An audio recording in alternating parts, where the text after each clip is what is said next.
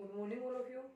MSc final year में spectroscopy वाली book में यूनिट फर्स्ट चल रही है अपनी यूवी विजिबल स्पेक्ट्रोस्कोपी। इसमें हमने कल क्लास में पढ़ा था इलेक्ट्रॉनिक ट्रांजिशन के बारे में कि कौन सा ट्रांजिशन है वो इसमें अलाउड होगा, कौन से वाला फॉरबिडन होगा। इसके बाद में हमने पढ़ा था उसके अंदर उनका जो ट्रांजिशन थे 4 प्रकार के, उनका एनर्जी ऑर्डर क्या था और वेवलेंथ ऑर्डर क्या था, कौन से की उसमें इंटेंसिटी हाई थी, कौन सी इंटेंसिटी है वो लो थी। उसके बाद में आज की क्लास में नेक्स्ट वीडियो उसका, उसमें हम पढ़ेंगे आज की क्लास में कि जो यूवी विजिबल स्पेक्ट्रोस्कोपी में जो अपना स्पेक्ट्रा बनता है जिसके द्वारा हम मोलिकुलर की स्ट्रक्चर का डिटर्मिनेशन करते हैं, वो जो स्पेक्ट्रा होता है वो किसके अगेंस्ट बनता है। ठीक है, तो इसमें हम देखते हैं जो स्पेक्ट्रा बनेगा यहाँ पे वो बनता है इस प्रकार से। ग्राफ बनाते हैं ना स्पेक्ट्रा में, इस साइड में होता है ए और इस साइड में होती है वेवलेंथ यानी लैम्डा। तो ये लैम्डा तो क्या होगी यहाँ पे वेवलेंथ, ठीक है, और ये क्या हो गया ए यहाँ पे ऑब्जर्वेंस होगी। ऑब्जर्वेंस को हम बोलते हैं हिंदी में अवशोषकता। ठीक है, यहाँ पे ये ग्राफ है वो बनता है कुछ इस प्रकार से, ग्राफ है इसका ये प्राप्त होता है। ठीक है, ये भी कुछ ज्यादा ही है, मान लो आप इस प्रकार से ब्रॉड बैंड प्राप्त होता है। तो दो प्रकार के होते हैं, एक तो होता है इस प्रकार से शार्प पीक होती है स्पेक्ट्रा में बनती है, और एक कुछ इस प्रकार से होता है। तो ये तो होता है शार्प और ये क्या होता है ब्रॉड बैंड स्पेक्ट्रा। ठीक है, तो अपने को यूवी विजुअल स्पेक्ट्रोस्कोपी में सारा पीक कहीं पे भी नहीं मिलेगी। ठीक है, इस प्रकार से हमें प्राप्त होता है ब्रॉड बैंड स्पेक्ट्रा। इसका कारण भी होगा कि यहाँ पे ये ब्रॉड बैंड स्पेक्ट्रा क्यों प्राप्त होता है। ठीक है, जैसे यहाँ पे इसकी वेवलेंथ अलग थी, यहाँ पे कुछ अलग है, यहाँ पे अलग है, इस प्रकार से ये वेवलेंथ अलग अलग वेवलेंथ पे हमें इस प्रकार का स्पेक्ट्रा यूवी विजिबल स्पेक्ट्रोस्कोपी में प्राप्त होता है। कई बार ये जो ग्राफ है वो इस प्रकार से बन जाता है, यहाँ पे तो क्या रहेगी वेवलेंथ लैम्डा, लेकिन यहाँ पे क्या आता है अपसाइलन आ जाता है। अब इस ए ऑब्जर्वेंस और इस अपसाइलन में आपस में क्या रिलेशन होता है वो हमें यहाँ पे चेक करना है। ऑब्जर्वेंस और ये क्या है अपसाइलन, इन दोनों में आपस में जो रिलेशन है वो देखेंगे क्या रिलेशन रहेगा। तो फिजिकल स्पेक्ट्रोस्कोपी में अपन पढ़ते हैं एक लो होता है यहाँ पे बियर लैम्बर्ट का नियम। ठीक है, उससे हम देखेंगे कि अपसाइलन और ए में आपस में रिलेशन क्या होगा। ठीक है, देखना इन दोनों में रिलेशन जो बियर लैम्बर्ट का नियम था या फिर बियर का नियम देखें उसके हेल्प से देखेंगे। तो यहाँ पे लिखेंगे अपन बियर लैम्बर्ट लो। तो बियर लैम्बर्ट की हेल्प से जो यूवी विजिबल स्पेक्ट्रोस्कोपी में जो स्पेक्ट्रा प्राप्त होते हैं उनमें कुछ स्पेक्ट्रो में लैम्डा के अगेंस्ट क्या होता है ए होता है ऑब्जर्वेंस, और कुछ में क्या होता है एप्सिलॉन होता है। अब इन दोनों में आपस में क्या रिलेशन है वो बियर लैम्बर्ट का जो नियम है उसकी हेल्प से ज्ञात करते हैं। इस लॉ में एक इक्वेशन आती है अपने ए इज इक्वल टू एप्सिलॉन सी, ये समीकरण बनती है अपनी। अब इसमें आता है कि ये अपसाइलन क्या है, तो अपसाइलन के लिए इसमें क्या आते हैं दो दो टर्म इसके लिए यूज होती है अपसाइलन के लिए। एक तो होती है इसके लिए मोलर एक्सटेंशन कोफिशिएंट। ठीक है, एक तो कौन सी होगी मोलर एक्सटेंशन कोफिशिएंट और एक होती है मोलर एब्जॉर्प्टिविटी। ठीक है, तो अपसाइलन को अपन मोलर एब्जॉर्प्टिविटी और एक बोलते हैं अपन molar extension coefficient.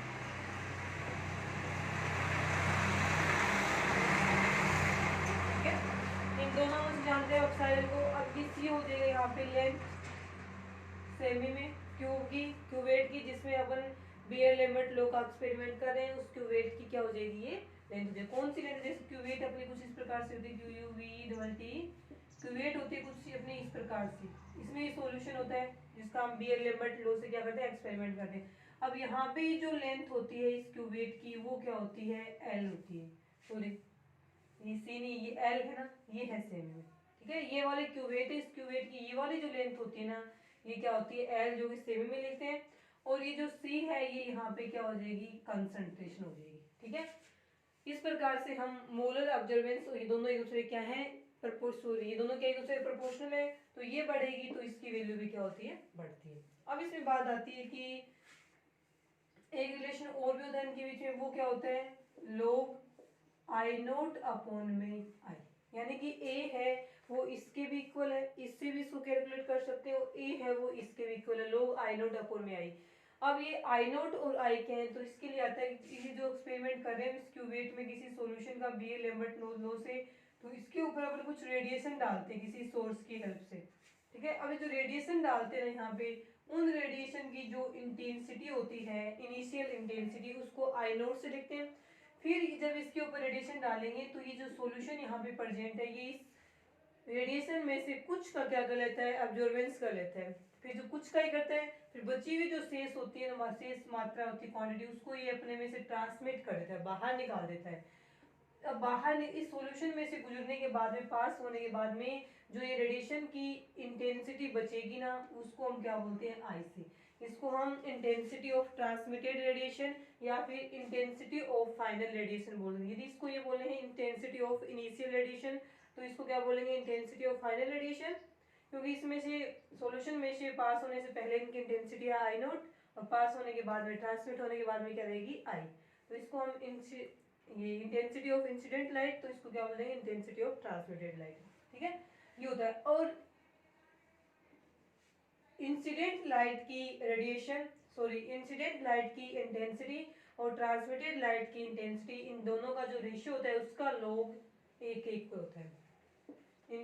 Incident light की इंटेंसिटी और ट्रांसमिटेड लाइट की इंटेंसिटी, इन दोनों के रेशियो का लॉग ऑब्जर्वेंस के इक्वल होता है। अब इसमें आती है बात कि ये जो यहाँ पे क्यूवेट लेते हैं, वो क्यूवेट ग्लास की बनी हुई नहीं होती है, यानी यूवी स्पेक्ट्रोस्कोपी में हम ग्लास की बनी हुई क्यूवेट का उपयोग नहीं करते हैं। तो किसका यूज करते हैं, इसकी जगह हम यूज करते हैं क्वार्टज की बनी हुई, ठीक है। अब क्वेश्चन याद है इसमें कि ग्लास की बनी हुई क्यूवेट का यूज क्यों नहीं करते यूवी स्पेक्ट्रोस्कोपी में। तो उसमें क्या आएगा कि जो ग्लास होता है ना, वो क्या करता है, लेस या फिर ट्रांसमिशन लो बोल देंगे, यानी ग्लास के अंदर, ग्लास की क्यूवेट लें, उसके अंदर सॉल्यूशन भरा हुआ हो, फिर इसी प्रकार से सोर्स से हम क्या डालेंगे, इसमें रेडिएशन डालेंगे। तो कुछ रेडिएशन का ये क्या करेगा, एब्जॉर्प्शन करेगा, बची हुई कोई बाहर निकाल देगा। लेकिन ग्लास है वो भी क्या करता है, ग्लास कम मात्रा में जो लाइट से रेडिएशन होते हैं उनको क्या करता है, ट्रांसमिट करता है। कम मात्रा में करने का मतलब है कि जो ग्लास है ना, वो कुछ मात्रा में क्या कर लेता है, जो रेडिएशन को ऑब्जॉर्ब कर लेता है। इसकी कैपेसिटी होती है रेडिएशन को ऑब्जॉर्ब करने की, जबकि क्वार्टज में ऐसी कोई कैपेसिटी नहीं पाई जाती है। मान लीजिए आपने इंटेंसिटी लाइट की डाल दी ना, उनकी इंटेंसिटी कितनी है, 100 है, ठीक है। उसके बाद जब इसमें हमने लाइट डाल दी, तो यहाँ पे इसकी मतलब इस सॉल्यूशन ने 30% का क्या कर लिया, एब्जॉर्प्शन कर लिया। तो बाहर आने चाहिए ट्रांसमिट होने के बाद, तो इसमें से माइनस करके आएगी, 70% क्या होगा, अपने को ट्रांसमिशन प्राप्त होगा, ट्रांसमिटेड लाइट प्राप्त होगी। कब होगी, जब यहाँ पे ये जो क्यूवेट है वो क्वार्टज की बनी हुई हो। लेकिन यदि यही क्यूवेट ग्लास की बनी हुई हो, तो क्या होगा कि 100% थी, यहाँ से आई, और 30% का इसने क्या किया, ग्लास ने, सॉरी, सॉल्यूशन ने क्या किया, एब्जॉर्प्शन कर लिया, और 10% का किसने कर लिया, ग्लास ने कर लिया। तो टोटल कितना हो गया एब्जॉर्प्शन, 40% हो गया। तो बाहर निकलेगी वो हमें 70% के स्थान पे क्या मिलेगा, 60% मिलेगा अपने को, यदि ग्लास की क्यूवेट लें। तो ग्लास खुद क्या करता है, ट्रांसमिट तो कम करता है, और खुद एब्जॉर्ब कर लेता है। इस कारण से हम जो एक्सपेरिमेंट करते हैं उसके रिजल्ट सही प्राप्त नहीं होते। इस कारण से यूवी स्पेक्ट्रोस्कोपी में, बीएल-लैम्बर्ट लॉ में हम जो एक्सपेरिमेंट करते हैं वहाँ पे क्यूवेट है वो क्वार्टज से बने हुए काम में लेते हैं, न कि ग्लास से बने हुई। ये कारण रहेगा उसका, आगे समझ में। ये रहेगा बीएल-लैम्बर्ट लॉ से इन दोनों के बीच में आपस में रिलेशन। उसके बाद में देखें, अब नेक्स्ट में देखें, नेक्स्ट में क्या मिलेगा अपने को, ये हो गया ना, ये क्वार्टज और ग्लास वाली बात होगी, क्यों यूज करते हैं क्वार्टज का और क्यों यूज नहीं करते हैं इसमें ग्लास का। उसके बाद में देखें, यहाँ पे जो एप्सिलॉन की वैल्यू आई है ना, ये एप्सिलॉन यहाँ पे डायरेक्टली इंटेंसिटी को शो कर रहा है। एप्सिलॉन जितना ज्यादा होगा, ए जितना ज्यादा होगा, एप्सिलॉन उतना ही ज्यादा होगा, दोनों एक दूसरे क्या है, प्रोपोर्शनल है। और यहाँ पे जो एप्सिलॉन है वो किसको बता रहा है, इंटेंसिटी को बता रहा है। यानी जो अपना स्पेक्ट्रा आएगा उसमें यदि एप्सिलॉन या ऑब्जर्वेंस की वैल्यू ज़्यादा होती है, तो वहाँ पे स्पेक्ट्रा में इंटेंसिटी भी क्या मिलेगी अपने को, हाई मिलेगी, ठीक है। ये होता है। तो इसमें एप्सिलॉन किसको शो कर रहा है, इंटेंसिटी को। अब आता है कि डिपेंड किस पे करता है, एप्सिलॉन है वो किस पे डिपेंड करेगा, कंसंट्रेशन पे डिपेंड करेगा, लेंथ पे डिपेंड करेगा, किस पे डिपेंड करता है? तो इसमें आता है कि जो अपसाइलन है, क्वेश्चन आता है एग्जाम में गिवन कि ये डिपेंड करता है ओनली ऑन वेवलेंथ पे।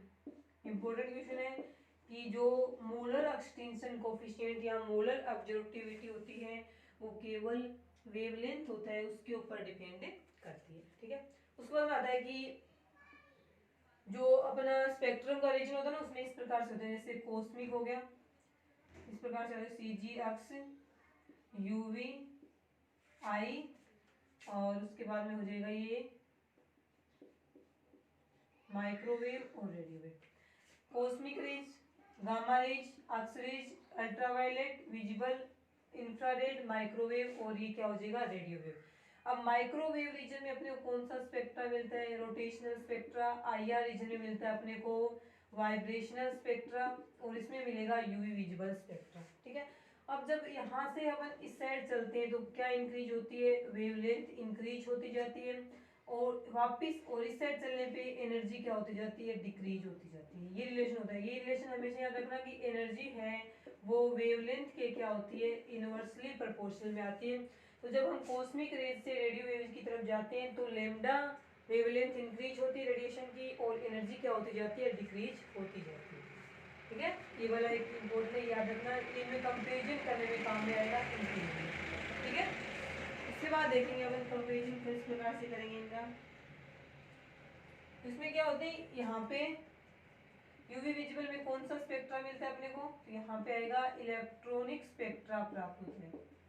जैसे आईआर में वाइब्रेशनल स्पेक्ट्रा, माइक्रोवेव में रोटेशनल स्पेक्ट्रा प्राप्त होता है, उसी प्रकार से यूवी विजिबल स्पेक्ट्रोस्कोपी में या यूवी रीजन में हमें इलेक्ट्रॉनिक स्पेक्ट्रा प्राप्त होता है। और इस स्पेक्ट्रा का नाम क्या रहेगा जो प्राप्त होगा अपने को? इसको बोलते हैं हम ब्रॉड बैंड स्पेक्ट्रा। अब ये ब्रॉड बैंड स्पेक्ट्रा क्यों आता है, इसकी बात अब अभी यहाँ पे करेंगे। देखें,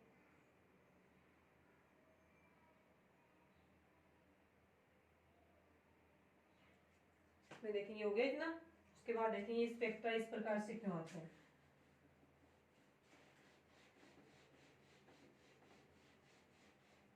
स्पेक्ट्रा के लिए आता है, हम तीनों की कंपैरिजन करेंगे। तो यूवी विजिबल की, उसके साथ में आईआर की, और उसके साथ में माइक्रोवेव की, तीनों में देखेंगे किस प्रकार से लिखेंगे हम इसको।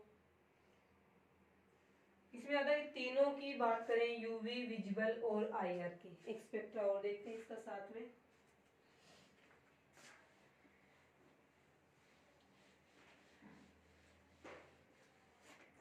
स्पेक्ट्रा कुछ इस प्रकार से आता है इनका कि जैसे एक तो अपना ये रीजन है यूवी, यूवी विजिबल बोले थे इसको एक साथ में। एक अपना कौन सा है? आईआर रीजन है, और एक अपना कौन सा है? रेडियो वेव वाला रीजन है। तीन रीजन हो गए। अब इसमें कौन कौन से स्पेक्ट्रा बनते हैं, किस प्रकार से, क्यों ये ब्रॉडबैंड स्पेक्ट्रा में प्राप्त होता है, ये अपने को यहाँ पे चेक करना है। ठीक है, देखें इसके अंदर क्या मिलेगा अपने को। ठीक है, यूवी, आईआर और रेडियो वेव आ जाएंगे।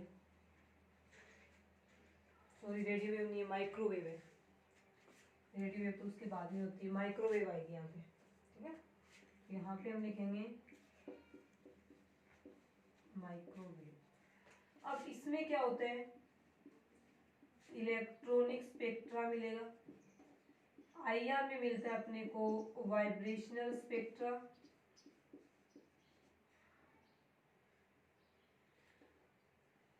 और माइक्रोवेव में मिलता है अपने को रोटेशनल स्पेक्ट्रा। अब इनकी एनर्जी का ऑर्डर देखना है। ये तो होता है इनकी वेवलेंथ का ऑर्डर। इस साइड चलते हैं तो ये तो हो जाएगा इसकी वेवलेंथ का इंक्रीजिंग ऑर्डर, और इस साइड है इनकी एनर्जी का इंक्रीजिंग ऑर्डर। ये याद रखना आप, सिर्फ इसी के बेस पे पता चलेगा कि यहाँ पे हमें ब्रॉडबैंड स्पेक्ट्रा क्यों प्राप्त होता है। अब देखिए इलेक्ट्रॉनिक स्पेक्ट्रा में देखिए सिग्मा से सिग्मा स्टार गया है, सिग्मा से सिग्मा स्टार जाएगा ना, कोई भी वो इलेक्ट्रॉन से, वो इलेक्ट्रॉनिक ट्रांजिशन माना जाएगा। इसकी पीक आएगी अपने पास यूवी विजिबल स्पेक्ट्रा में। तो इसके लिए देखो इन दोनों के बीच में एनर्जी डिफरेंस हाईएस्ट है, यानी इसके लिए हाई एनर्जी वाली रेडिएशन की रिक्वायरमेंट होती है। इनकी जो रेडिएशन ले रहे हैं हम वो यूवी विजिबल रीजन की है, और उनकी एनर्जी क्या है? हाई है। तो जब इलेक्ट्रॉनिक ट्रांजिशन होगा यहाँ से यहाँ तक, तो उसके साथ में आईआर में ये वाइब्रेशनल और रोटेशनल स्पेक्ट्रा इनके ट्रांजिशन ये भी हो जाएंगे। क्योंकि यूवी विजिबल स्पेक्ट्रोस्कोपी में क्या होती है, जो रेडिएशन यूज की जाती है उनकी एनर्जी क्या होगी, हाई होगी। इस कारण से इस रीजन में और इन दोनों के लिए वाइब्रेशनल और रोटेशनल स्पेक्ट्रा प्राप्त हो, इसके लिए एनर्जी की रिक्वायरमेंट कम होती है। इस कारण से जब हाईएस्ट एनर्जी मिलेगी तो ये तो होगा ही होगा, उसके साथ में ये दोनों भी हो जाते हैं, वाइब्रेशनल भी हो जाते हैं और रोटेशनल भी हो जाते हैं। इसको हम किस प्रकार से शो करें, देखो इस प्रकार से लेवल होते हैं, ये इलेक्ट्रॉनिक ट्रांजिशन का लेवल है, ये वाला, ठीक है, इस प्रकार से शो करते हैं। यानी ये तो क्या है सिग्मा, और ये यहाँ से क्या है सिग्मा स्टार है, यहाँ से यहाँ क्या हुआ है ट्रांजिशन हुआ है। अब इनके बीच में कुछ वाइब्रेशनल लेवल होते हैं, जैसे ये आ गया V is equal to 0, V is equal to 1, V is equal to 2, V is equal to 3। इस प्रकार से कुछ कितने भी हो सकते हैं। इसी प्रकार से इसके ऊपर भी ऐसे स्टार्ट होंगे 1 0 1 2 3। अब देखो वाइब्रेशनल वालों के कंपेरिजन में रोटेशनल की एनर्जी और भी क्या होती है, कम होती है। रोटेशनल वाले लेवल है वो इस प्रकार से होंगे, यहाँ पे इनके बीच में छोटे छोटे लेवल, मैंने बढ़ा करके दिखा है, ये और भी छोटे छोटे होते हैं। तो यहाँ पे आ जाएगा J is equal to 0, J is equal to 1, J is equal to 2, J is equal to 3। इस प्रकार से इसी प्रकार से इसमें भी होंगे कुछ रोटेशनल लेवल्स, उसी प्रकार से इसमें भी रोटेशनल लेवल है, इसी प्रकार से ये रोटेशनल लेवल है वो आगे से आगे चलते जाएंगे, ठीक है। तो ये तो क्या है इसमें इलेक्ट्रॉनिक ट्रांजिशन वाले, ये वाइब्रेशनल वाले जहाँ पे आईआर स्पेक्ट्रोस्कोप मिलते हैं, और ये वाले कौन से अपने पास में रोटेशनल वाले हैं, ठीक है। अब देखते हैं हम इसके लिए कि जो वाइब्रेशनल स्पेक्ट्र होती है उसके अंदर सिलेक्शन रूल क्या होता है कि डेल वी की वैल्यू +-1 होनी चाहिए, वो अलाउड ट्रांजिशन है। और रोटेशनल स्पेक्ट्रोस्कोपी में डेल जे की वैल्यू +-1 होनी चाहिए, ये भी क्या है अलाउड ट्रांजिशन है। तो देखिए इसमें यहाँ से कहाँ गया है, सिग्मा से इतनी एनर्जी मिली है यहाँ से इलेक्ट्रॉन को, इलेक्ट्रॉन यहाँ पे प्रेजेंट है, इलेक्ट्रॉन को इतनी एनर्जी दी गई है यूवी विजिबल स्पेक्ट्रोस्कोपी बनाने के लिए, यहाँ से यूवी रीजन की या विजिबल रीजन की क्या मिली है, इसको रेडिएशन मिली है, तो उसको एब्जॉर्ब करके हाईएस्ट एनर्जी की भी थी वो यहाँ पे चला गया इलेक्ट्रॉन, ठीक है, इलेक्ट्रॉनिक ट्रांजिशन कर गया। अब ये वाले जो लेवल है इनके यहाँ से यहाँ जाने के लिए तो इलेक्ट्रॉन को और भी कम होना चाहिए, तो इलेक्ट्रॉन्स क्या करते हैं कि इतनी ऊर्जा मिलने पर ये वाले ट्रांजिशन भी क्या होते हैं पॉसिबल हो जाते हैं। यहाँ से इलेक्ट्रॉन यहाँ चला गया, और यहाँ से इलेक्ट्रॉन यहाँ चला गया, यहाँ से यहाँ चला गया, यहाँ से यहाँ चला गया, इस प्रकार से ये इसमें चला गया, मतलब छोटे छोटे ट्रांजिशन बहुत ज़्यादा संख्या में होते हैं। अब जो पीक आएगी अपने यूवी स्पेक्ट्रोस्कोपी में वो अकेले इस इलेक्ट्रॉनिक ट्रांजिशन की तो आएगी नहीं। मान लीजिए इस प्रकार से आ गई अपने पास कोई पीक आ गई, ठीक है, ये तो ज़्यादा ही हो गया, इस प्रकार से पीक आ गई अपने पास में, इस प्रकार से पीक आगे हम कहेंगे कि ये तो आ गई, मान लीजिए जो एक साथ वैसे एक ट्रांजिशन हुआ तो अपने पास पीक कैसे आनी चाहिए थी, ए और लेंथ इसके साथ में, तो इस प्रकार से पीक आनी चाहिए थी सिर्फ अकेली एक लाइन, लेकिन ऐसा नहीं होता है, ऐसा आता तो शार्प पीक बनती, लेकिन शार्प पीक नहीं, यहाँ पे ब्रॉडबैंड मिला है। इसका कारण क्या है कि यूवी स्पेक्ट्रोस्कोपी में जब हम इलेक्ट्रॉनिक ट्रांजिशन करवाते हैं तो वाइब्रेशनल तो हमें अधिक ऊर्जा की आवश्यकता होती है, लेकिन वाइब्रेशनल और रोटेशनल स्पेक्ट्रा के लिए कम ऊर्जा की आवश्यकता होने के कारण से जब एक इलेक्ट्रॉनिक ट्रांजिशन होता है तो इलेक्ट्रॉनिक लेवल्स के अंदर साथ में वाइब्रेशनल और रोटेशनल लेवल भी प्रेजेंट होते हैं। तो इलेक्ट्रॉनिक स्पेक्ट्रा होता है उस टाइम वाइब्रेशनल और रोटेशनल स्पेक्ट्रा के हो जाने से स्पेक्ट्रा में हमें बहुत सारे पीक मिलते हैं, वो बहुत सारे पीक है वो आपस में इस प्रकार से मिलकर के एक ब्रॉड बैंड स्पेक्ट्रा का फॉर्मेशन कर देते हैं, इस प्रकार से बनेगा। इसमें से हम ये आइडेंटिफाई नहीं कर सकते कि कौन से ट्रांजिशन की कौन सी पीक। इस कारण से हमें यूवी स्पेक्ट्रोस्कोपी में शार्प पीक नहीं मिलके इस प्रकार से एक ब्रॉडबैंड पीक मिलती है, ब्रॉडबैंड स्पेक्ट्रा मिलता है। कारण रहेगा कि इलेक्ट्रॉनिक ट्रांजिशन होने के साथ साथ में वाइब्रेशनल और रोटेशनल ट्रांजिशन भी होते हैं, इस कारण से स्पेक्ट्रा में पीक है वो सभी की एक साथ में आती है, इस कारण से यहाँ पे ये ब्रॉडबैंड स्पेक्ट्रा प्राप्त हो जाता है। ये कारण रहेगा इसमें ब्रॉडबैंड स्पेक्ट्रा प्राप्त होने का।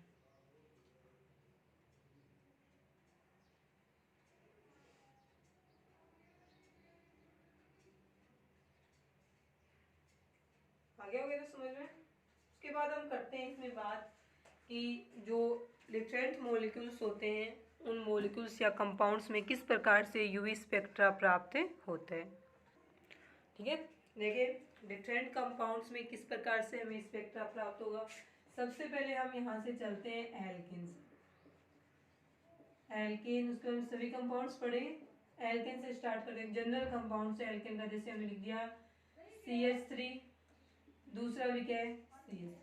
अब इसके साथ में जो तीन लगे हुए हैं उसमें हम किस प्रकार से लिखेंगे, यहाँ पे तीनों हाइड्रोजन है वो लिख दिया, ये लिख दिया।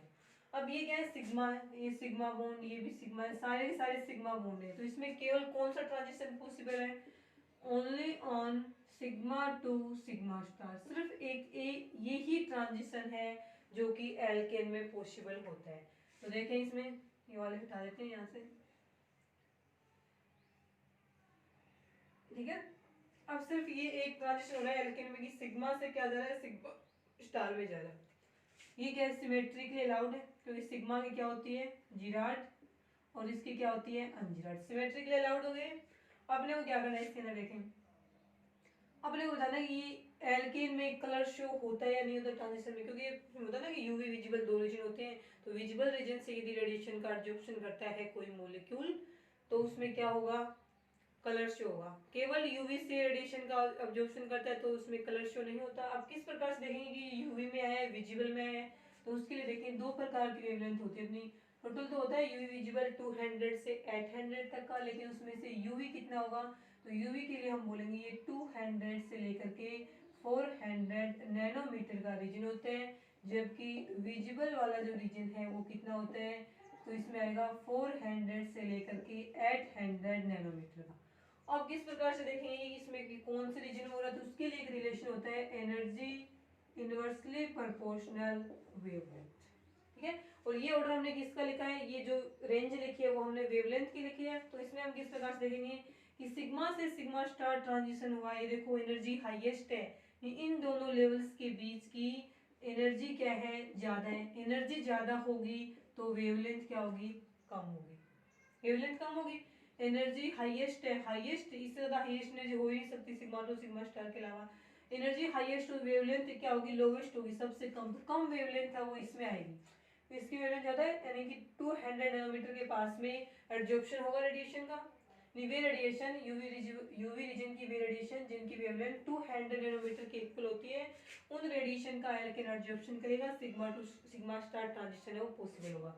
इस कारण से इस रीजन से यदि रेडिएशन का एब्जॉर्प्शन होता है तो कलर शो नहीं होगा, इस रीजन से यदि रेडिएशन का एब्जॉर्प्शन होता है तो कलर शो होगा। और यहाँ एल्केन में दिख रहा है कि एनर्जी डिफरेंस ज्यादा है तो लो वेवलेंथ वाले रेडिएशन का एब्जॉर्प्शन होगा, क्योंकि जिन वेवलेंथ की वेवलेंथ लो होती है उनकी एनर्जी क्या होती है, हाईएस्ट होती है। इस कारण से एल्केन्स क्या करते हैं, यूवी रीजन से रेडिएशन का एब्जॉर्प्शन, ठीक है। अब जब ये यूवी रीजन से रेडिएशन का एब्जॉर्प्शन करते हैं इस कारण से कलर शो नहीं होते, इस कारण से हम एल्केन के लिए क्या बोलेंगे कि ये कैसे होते हैं, कलरलेस होते हैं, ठीक है। क्योंकि इनमें इलेक्ट्रॉनिक ट्रांजिशन के कारण से किसी भी प्रकार का कोई कलर शो नहीं होता है। हो गया ये एल्केन की बात होगी। एल्केन के बाद में अपन सेकंड नंबर पे क्या पढ़ेंगे वो देखें। सेकंड पे हम पढ़ेंगे इसमें हेलाइड्स। एल्केन के बाद में सेकंड पे आ जाएगा अपना हेलाइड्स।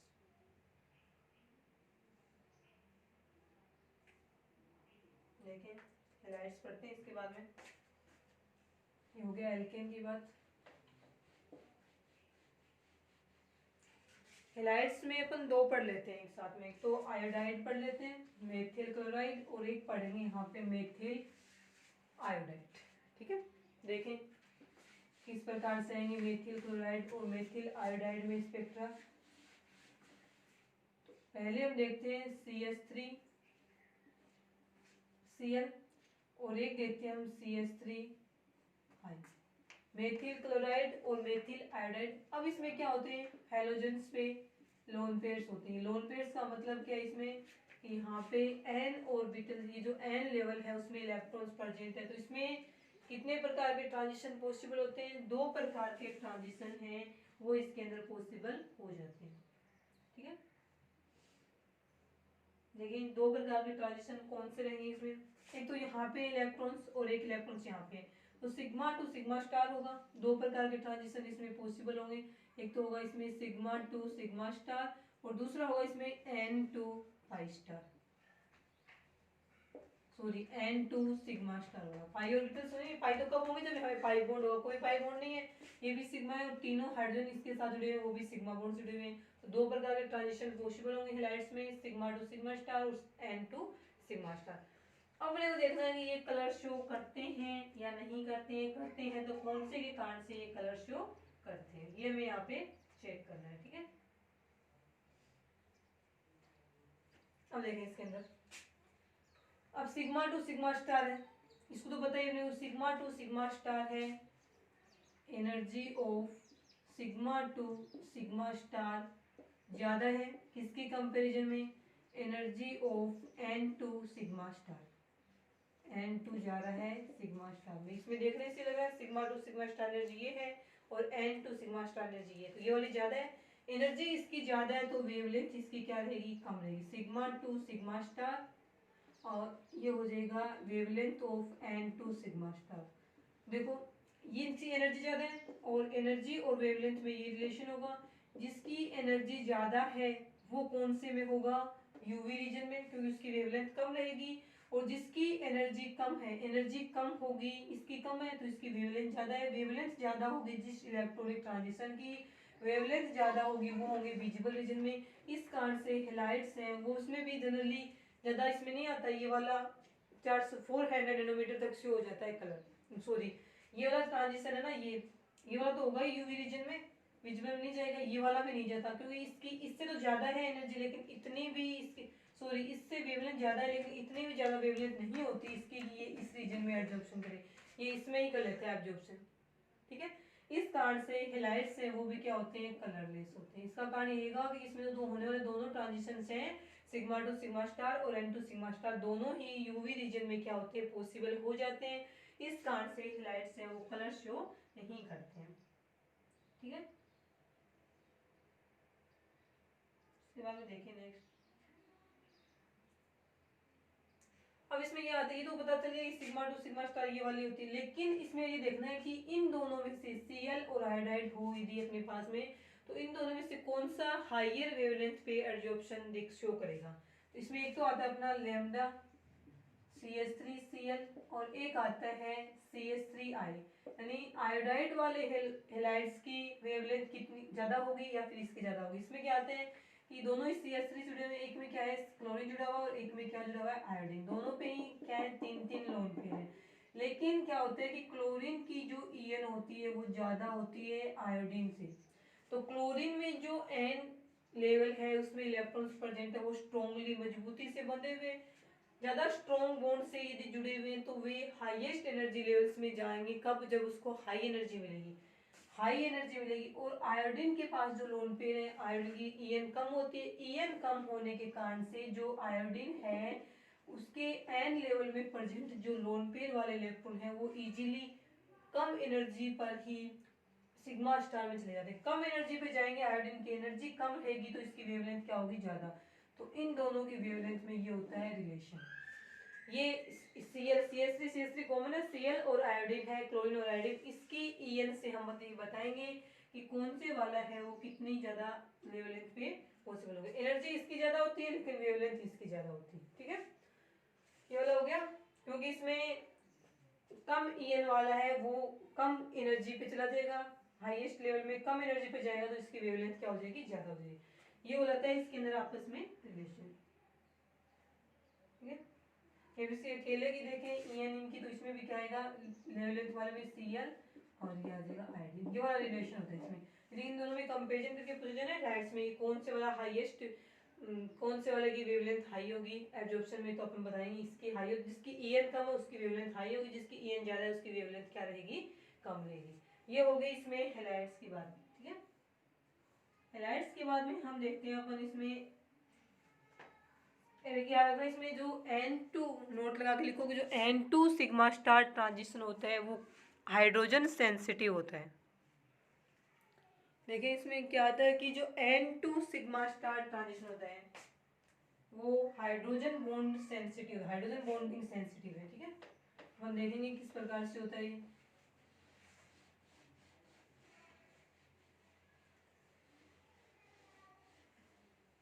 ठीक है, hydrogen bonding sensitive.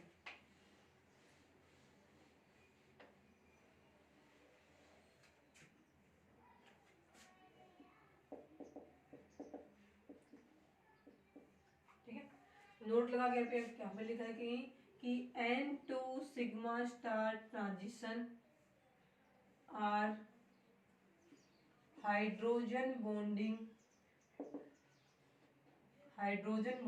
Sensitive, hydrogen bonding sensitive.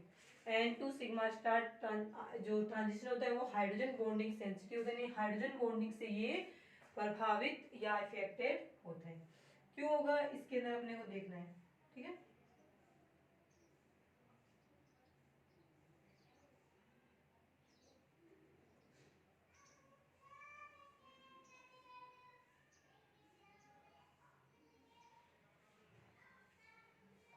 देखें, ये तो देखते हैं अपन कोई CH3 अक्स हैलाइड्स है,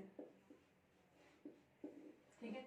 एक अपन लेते हैं, जैसे हमने मेथनॉल ले लिया, तो ये क्या है CH3OH, ऑक्सीजन पे क्या है लोन पेयर से। अब ये तो सॉल्वेंट के रूप में यूज किया ना मेथनॉल का, अब मेथनॉल सॉल्वेंट के रूप में यूज कर रहे तो इसका ये तो है नहीं सिर्फ एक मेथनॉल ही है, मेथनॉल के बहुत सारे मॉलिक्यूल्स इसमें प्रेजेंट होते हैं। यदि हम इसमें मेथनॉल का 1 मोल भी लेते हैं ना, तो 1 मोल का मतलब क्या है कि 1 मोल मेथनॉल में 6.023 इंटू 10⁻23 मोल इतने क्या होते हैं आवोगाड्रो मॉलिक्यूल्स मेथनॉल के प्रेजेंट, ये आवोगाड्रो नंबर है, ठीक है। तो 1 मोल मेथनॉल में मेथनॉल के इतने मॉलिक्यूल्स प्रेजेंट होते हैं, बहुत ज्यादा है संख्या। तो अपन क्या बोलेंगे, मेथनॉल की बात आती है तो मेथनॉल सॉल्वेंट में ये होगा इस प्रकार से। अब दूसरा मेथनॉल का जो सॉल्वेंट है उसमें इस प्रकार से प्रेजेंट होगा, ये C और ऑक्सीजन और ये CH3, तीसरा यहाँ पे लिखा दे CO और ये CH3। अब ये वाला ऑक्सीजन इस हाइड्रोजन के साथ में हाइड्रोजन बॉन्डिंग करेगा, ये इसके साथ में हाइड्रोजन बॉन्डिंग करेगा। नेक्स्ट हम इसके ऊपर करें तो क्या आएगा HOCH3, तो अब ये इसके साथ में हाइड्रोजन बॉन्डिंग में इन्वॉल्व हो जाएगा। इसी प्रकार से H, अब इसकी बात करें तो ये वाला इसके साथ में हाइड्रोजन बॉन्डिंग में इन्वॉल्व। इस प्रकार से मेथनॉल सॉल्वेंट होता है यूवी स्पेक्ट्रोस्कोपी में, उसमें आपस में कौन सी बॉन्डिंग होती है, हाइड्रोजन बॉन्डिंग होती है। अभी हाइड्रोजन बॉन्डिंग 2 टाइप की होती है, इंटरमोलिकुलर और इंट्रामोलिकुलर। इसमें से ये वाला टाइप कौन से का है, इंटर का या इंट्रा का, जिसमें बोलेंगे ये वाला टाइप किसका है, दो अलग अलग मॉलिक्यूल्स के बीच में हाइड्रोजन बॉन्डिंग होती है तो उसे हम क्या बोलते हैं, इंटरमोलिकुलर हाइड्रोजन बॉन्डिंग बोलते हैं, ठीक है। ये हो गया। अब इस हाइड्रोजन बॉन्डिंग के कारण एक ये हो गया CH3OH। अब अपने को इन दोनों में क्या देखना है, ये देखना है कि कौन से वाला हायर वेवलेंथ पे होगा। अब यदि हम हेलोजन और इसकी वेवलेंथ की क्या करें, सॉरी EN की, ऑक्सीजन और हेलोजन ले लें, यहाँ पे कोई भी, जैसे अपन बात करते हैं यहाँ पे Cl की, ठीक है। इन दोनों में से EN ज्यादा किसकी होती है, इसकी होती है ऑक्सीजन की, और क्लोरीन की EN क्या होती है यहाँ पे कम होती है। तो इन में से कौन सा हायर वेवलेंथ पे होगा ये अपने को देखना है, ठीक है। या फिर इसकी जगह अपन दूसरा भी लें, कोई भी एक हेलोजन मान लेते हैं, मान लीजिए यहाँ पे। अब देखें दोनों की EN में देखें तो ऑक्सीजन में क्या होता है, मेथनॉल में ऑक्सीजन रिलेशन इन दोनों किस प्रकार से आएगा कि लेमडा है मेथनॉल की वो क्या होती है कम होती है, जबकि लेमडा CH3 हेलोजन की क्या होती है ज्यादा होती है। EN से नहीं देखे इस प्रकार से देखिए ये आता है इनमें रिलेशन। अब ये क्यों आता है, इसका कारण क्या रहेगा, इसका मतलब है कि एनर्जी जो डिफरेंस है CH3OH का मेथनॉल का जो एनर्जी डिफरेंस है यहाँ पे लिखते हैं, यानी कि इसका एनर्जी है डिफरेंस है वो क्या रहेगा, इसके कंपैरिजन में ज्यादा रहेगा इसकी एनर्जी। इसके दो रिलेशन है, दोनों एक दूसरे के इनवर्सली प्रोपोर्शनल है, एनर्जी और वेवलेंथ, इस कारण से दोनों रिलेशन यहाँ पे अपने आ गए। अब इसका रीजन क्या रहता है, जिसमें आता है हेलोजन तो अपन पढ़ चुके हैं, हेलाइड्स वाला पोर्शन। इसमें हम क्या करेंगे यहाँ पे कि ये जो जब ट्रांजिशन होने हैं तो ये यहाँ पे जो हेलोजन में क्या होता है CH3 अक्ष है, अक्ष के ऊपर लोन पेयर है, या तो हेलोजन की लोन पेयर यहाँ पे है तो इजीली यहाँ से यहाँ चला जाएगा, कम एनर्जी लेने पे चला जाएगा, ठीक है। कम एनर्जी लेने पे ही, क्योंकि ये फ्री है, जो लोन पेयर ना फ्री इलेक्ट्रॉन्स के रूप में प्रेजेंट है, थोड़ी सी एनर्जी मिलते पे ये सिग्मा स्टार में चले जाए। यहाँ पे दोनों में हेलाइड्स और इन दोनों में N2 सिग्मा स्टार ट्रांजिशन की बात हो रही है, इन दोनों में कंपेरिजन करें, ठीक है। अब इसमें भी क्या होता है ऑक्सीजन पे लोन पे, तो इसमें भी क्या होगा, तो sigma two sigma star transition होगा, दूसरा N2 सिग्मा स्टार ट्रांजिशन होगा। तो जो मेथनॉल वाला ऑक्सीजन है उसमें भी यहाँ OH के प्रेजेंट है N लेवल में, लेकिन ये जो मेथनॉल में ऑक्सीजन के लोन पेयर्स हैं वो किस में इन्वॉल्व है, हाइड्रोजन बॉन्डिंग में। तो फ्री नहीं है यहाँ पे, क्योंकि ये दूसरे मेथनॉल के साथ में हाइड्रोजन बॉन्डिंग में पार्टिसिपेट करें, इन्वॉल्व हैं, फ्री नहीं है। तो जब यहाँ से यदि हमने को मेथनॉल में N2 सिग्मा स्टार ट्रांजिशन करवाना हो तो हमें पहले इन हाइड्रोजन बॉन्ड को तोड़ना पड़ेगा। ये हाइड्रोजन बॉन्ड ब्रेक करेंगे तब ये इलेक्ट्रॉन्स फ्री होंगे लोन पेयर वाले। जब इलेक्ट्रॉन्स फ्री होंगे तब जाके N2 sigma star transition possible होगा। इसका मतलब एक तो हमें पहले तो हाइड्रोजन बॉन्ड तोड़ना पड़ेगा, उसके बाद इलेक्ट्रॉनों को हाई एनर्जी पे ले जाने के लिए हमें एनर्जी देनी पड़ेगी। तो एनर्जी की जो रिक्वायरमेंट है ज़्यादा होगी हैलाइड्स वाले कंपेरिजन में, क्योंकि हैलाइड्स में तो सिर्फ अपने को यहाँ से मतलब यहाँ पे इलेक्ट्रॉन्स हैं उनको यहाँ ले जाने के लिए इतनी एनर्जी देनी पड़ रही है, लेकिन मेथनॉल वाले केस में पहले तो हाइड्रोजन बॉन्डिंग को ब्रेक करने के लिए एनर्जी देंगे, उसके बाद में ये दो इलेक्ट्रॉन्स फ्री हो जाएंगे तब इनको हम N2 सिग्मा स्टार में जाने के लिए क्या करेंगे, एनर्जी देंगे। तो यहाँ पे मेथनॉल केस में जो एनर्जी रिक्वायरमेंट होती है N2 सिग्मा स्टार की, वो हैलाइड्स वाले केस की तुलना में ज़्यादा हो जाएगी। ज़्यादा हो जाएगी तो वेवलेंथ का ऑर्डर है इसके क्या हो जाएगा, अपोजिट प्राप्त होगा, क्योंकि एनर्जी वेवलेंथ एक दूसरे क्या है, इनवर्सली प्रोपोर्शनल है। ये होता है इसमें मेथनॉल और हैलाइड्स में यूवी स्पेक्ट्रोस्कोपी की कंपेरिजन, किस प्रकार से एनर्जी कौन से की ज़्यादा रहेगी, वेवलेंथ की कौन से की ज़्यादा रहेगी। आगे समझ। इसके बाद का जो इसका नेक्स्ट पार्ट है, जो नेक्स्ट बच गए अपने कंपाउंड्स हैं, डबल बॉन्ड वाले हैं, ट्रिपल बॉन्ड वाले हैं, उनके अंदर जो यूवी स्पेक्ट्रा है, इलेक्ट्रॉनिक ट्रांजिशन है, वो करेंगे हम कल की क्लास में। आज के लिए इतना।